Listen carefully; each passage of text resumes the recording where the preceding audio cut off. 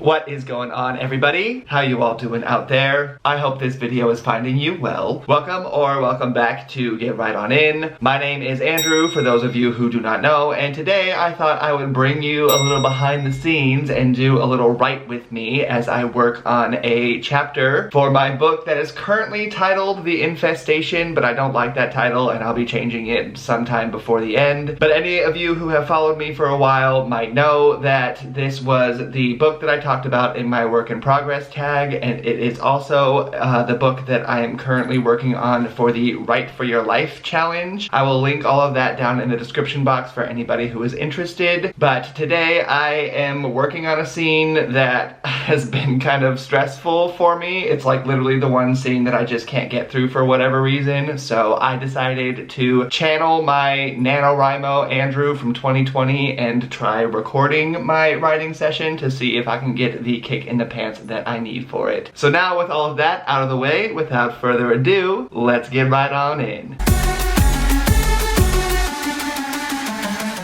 Okay, so here you can see the work in progress as it is. You might notice that it is currently in blue text. I do use Scrivener, and over here I have the original manuscript that I wrote for National Novel Writing Month in 2018, I think is when this one first happened. So you can see all of the black text from the original manuscript that I produced, and then down here on the rewrite is when it turns into red text, and I've got some of the blue text in there as well.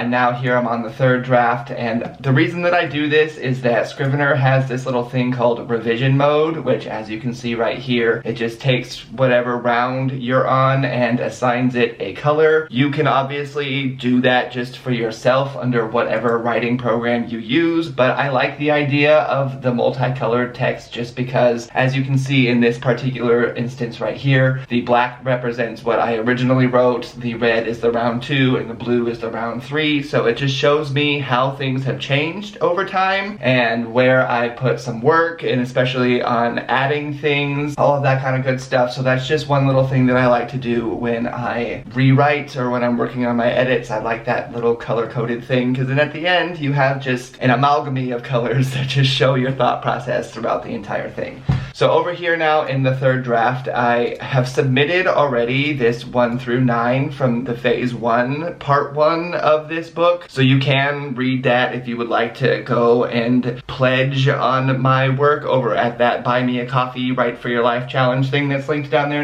in the description box. But here in phase 2 is kind of, where I'm finding the bulk of my issues at the moment, just because I'm trying to deal with the idea of time slipping away in this book, especially because my main character, Emery, is trapped in a job that she hates. And also, just for anyone who doesn't know about this book, it is a restaurant horror story where there is a demon that lives in the basement of the restaurant where my main character works, who feeds on the souls of the employees in exchange for their paychecks. So through part of that was the idea of, like I said, losing time, because personally I worked in the restaurant industry for about 10 years, which is insane enough as it is, because I feel like it was like a year of my life and it was like 10. So in this particular section, you can maybe see over here, there's Thanksgiving, there's Christmas, there's the New Year's kind of parts, because I was trying to go through different holidays and using that as a way, especially at the end, of making it seem like to her she's only celebrated one holiday. But these chapters are the biggest of the chapters in the whole book because they're supposed to represent multiple holidays. So I don't know, it's something that I'm working on, but the only holiday that I really have left is here in Halloween, and I've got 770 words written of this scene so far, but for whatever reason this has been the one that has really just not been the easiest for me to write. So today I'm going to flip over into revision mode and do it on the third revision and make some green text here for the rest of this little chapter, and I will see how I go. So I will see you on the flip side of whatever little time lapse is coming next.